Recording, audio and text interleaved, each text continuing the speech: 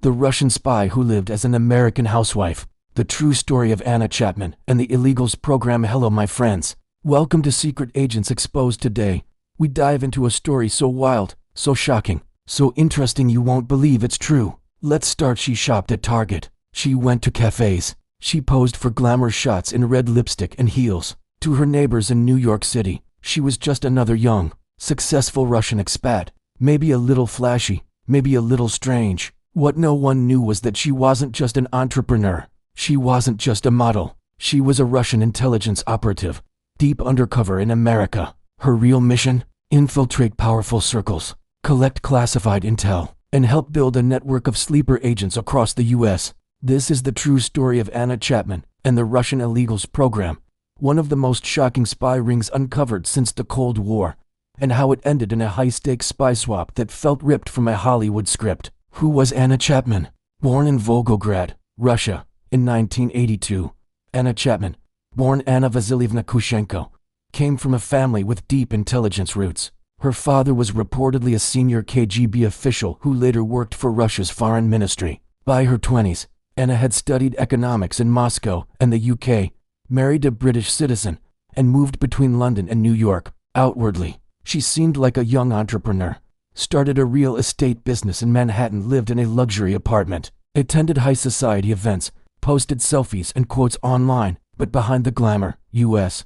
intelligence agencies were watching, and what they saw was no ordinary immigrant. The illegals program. Anna wasn't alone. She was part of a secret Russian spy ring operating under deep cover in the United States. Known as the illegals program, this group was run by Russia's SVR, the foreign intelligence successor to the KGB. What made it different? These agents weren't posing as diplomats or journalists. They had completely fake civilian identities, no diplomatic immunity, no embassy protection. They lived in suburbs, married, raised kids, attended PTA meetings, blended in as regular Americans, but their mission was real.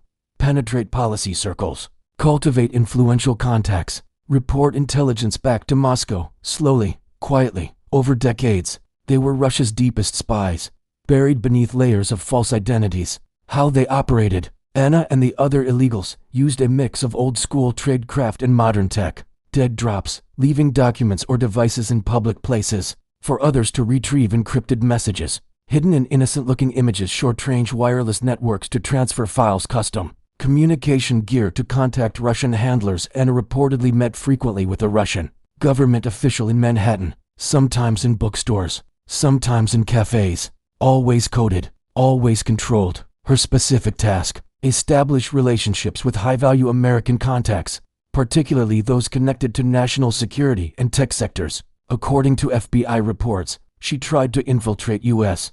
policymaking groups by getting close to powerful businessmen and scientists. FBI surveillance. The net closes. The FBI had been watching the illegals program for years, with wiretaps, hidden cameras, and undercover agents. By 2010, they were ready to act. They sent an undercover FBI agent to pose as a Russian consulate official and meet Anna. He asked her to deliver a fake passport to another undercover agent. Chapman hesitated. Instead of delivering the passport, she contacted her father in Moscow and then visited the Russian consulate in New York, possibly to alert her handlers. The FBI took that as a sign she was compromised and decided to move fast. On June 27, 2010, federal agents arrested Anna Chapman and 9 other alleged Russian spies across multiple states, including New Jersey, Massachusetts, and Virginia. The charges: conspiracy to act as unregistered agents of a foreign government. It was one of the largest spy busts since the Cold War. International fallout. The arrests made global headlines. Images of Anna Chapman, stylish, confident, and undeniably photogenic, flooded the news. She became the face of modern espionage. The Russian government at first denied involvement, but within days, negotiations began. Both sides realized these weren't just spies. They were pawns in a larger intelligence game. On July 9, 2010, just 12 days after the arrests, the US and Russia arranged a spy swap.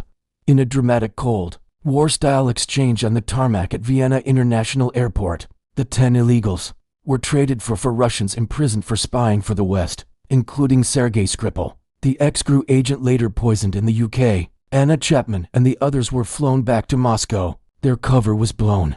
Their mission ended. But the story was just beginning. Anna's life after spying. Most spies disappear after exposure, not Anna. Back in Russia, she became a media sensation, hosted a television show called Secrets of the World, modeled in Maxim, Russia, became a symbol of Russian nationalism, was appointed to a leadership role. In a pro-Kremlin youth group she gave speeches, appeared at tech conferences, and even promoted patriotism on social media. Despite her fame, she rarely spoke about her time in the US, though Russian officials hailed her as a hero and loyal daughter of the motherland. In 2011, she was even awarded the Order of Courage by President Vladimir Putin. What was once covert became a carefully managed public image campaign. What did they really accomplish? Here's the controversial part. Despite years undercover, none of the arrested spies were charged with espionage. Why? Because they never actually obtained classified documents.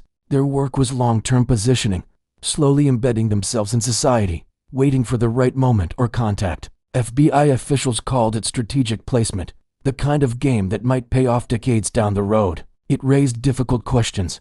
How many more illegals are out there? Did the US only catch a small piece of a much bigger puzzle? And if these spies were sleeper agents, how many more are still asleep? Modern espionage and the new Cold War. The illegals program proved one thing. The Cold War never really ended. It just evolved. Today's spies don't always carry microfilm or hide in shadows.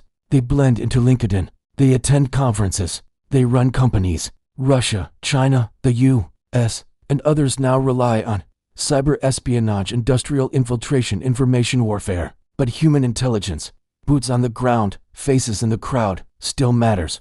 And the Anna Chapman story reminds us that sometimes the greatest threat wears lipstick and heels and lives in the apartment next door. The Russian spy who posed as a New York real estate agent, who dated bankers, took selfies, and plotted the quiet gathering of secrets. Anna Chapman wasn't just a spy story. She was a symbol of how espionage has modernized. In a world of satellites and data, one truth remains: spies still walk among us.